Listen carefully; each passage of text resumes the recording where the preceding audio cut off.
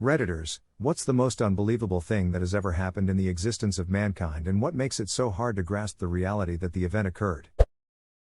A dude named Tsutomu Yamaguchi survives the Hiroshima bomb despite being very near ground zero, then already being heavily injured travels to Nagasaki and reports for work already being bandaged. Once again he survives despite being around 3 kilometers from ground zero. And then lives until 2009. Edit, as some commenters pointed out to me, he actually passed on the 4th of January 2010. Going to work after literally getting nuked is the most Japanese thing I've ever heard. And his boss in Nagasaki was like, bullshit, you're just making up an excuse for why you're late. The second bomb was his note from the doctor. For those that think that Tiger Dude is joking, from the Wikipedia article, that morning, whilst being berated by his supervisor as crazy after describing how one bomb had destroyed the city, the Nagasaki bomb detonated. Yeah, it was kind of like that. The explosion of the Krakatoa volcano in 1883. Basically everyone within 40 miles had their eardrums ruptured, and the sound traveled around the Earth 4 times. It was also clearly heard for 3,000 miles, that's farther than NYC is from La. Link for the curious, Kottke.org 1410. The world's loudest sound. Edit, I should clarify my wording as brought up by some people in the comments. The shockwave traveled 4 times around the Earth. Also here is another link, m.naudal.us. I actually talked to a woman who was alive at that time. In Britain, I met her in the 1970s, and she was this ancient old lady, close to 100 years old I guess, that used to be one of my mom's teachers. She lived in a cluttered house in Vancouver with her cat. During our visit she told us stories about when she was young, including the bright green sunsets after Krakatoa. It's kind of mind-blowing in itself that someone today spoke to someone who was alive then. Edit. I mean, it wasn't that long ago, just weird to see 1883. Here's a mind. Krakatoa, America's 10th president, John Tyler, born in 1790, still has 2 living grandsons. Edit, link changed to help prevent cancer. Voyager leaving our solar system. Those probes may outlive humankind. That guy who died for 14 minutes and then went on to win the jackpot on a scratch card twice, one of the times live on TV when he was recreating the moment he done it. Pretty sure that dude went to hell by mistake for a second there and God was just paying him back. Yeah, so the records department kinda had to mix up their bud. So, I'm in the bad place? That a person can fall 33k feet without a parachute and survive. That's higher than Mount Everest. Vesna Vulovic.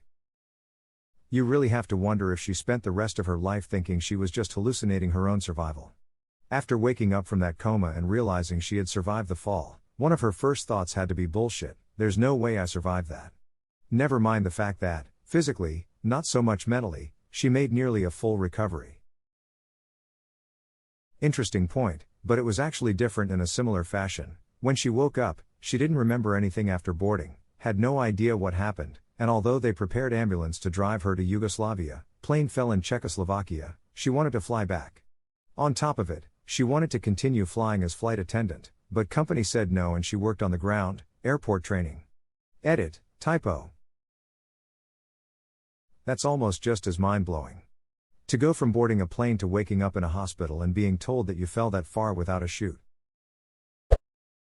That the Mongolian civilization in the 13th century, armed only with horses, arrows, and steel, managed to sweep through and completely conquer the vast majority of the entire Eurasian landmass in only about 10 years, forming the largest contiguous land empire in history. There were over 12 million casualties, a record only surpassed 700 years later in World War II. They killed so many people that it altered worldwide climate. How so? Fewer people burning stuff drastically lowered carbon emissions for a while. How about the fact that we now routinely travel farther in a year than our ancestors did in their entire lives, using ground vessels powered by explosions? Similar to how we can fly, we can now strap tanks of compressed air on our backs and tour the ocean floor as if we were fish. That is pretty dope. Humanity almost went extinct 72,000 years ago due to the Mount Toba eruption.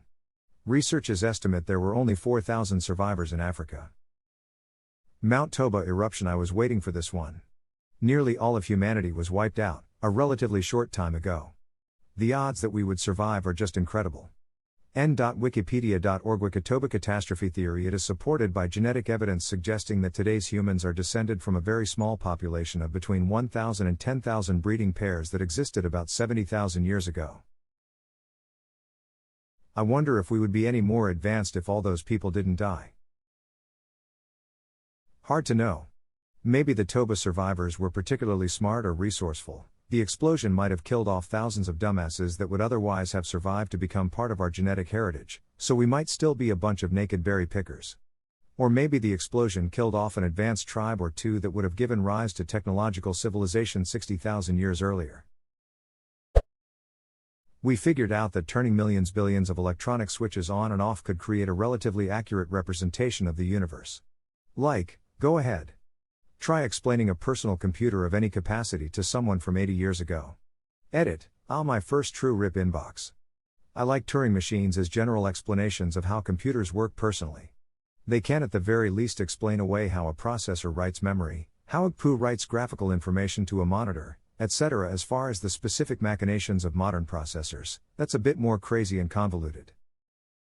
Okay, so, if you're curious, go to YouTube and look up how a computer processor works. I've tried to make sense of it, but I've come to the conclusion that it's powered by black magic. Therese, no other explanation. The solar storm of 1859.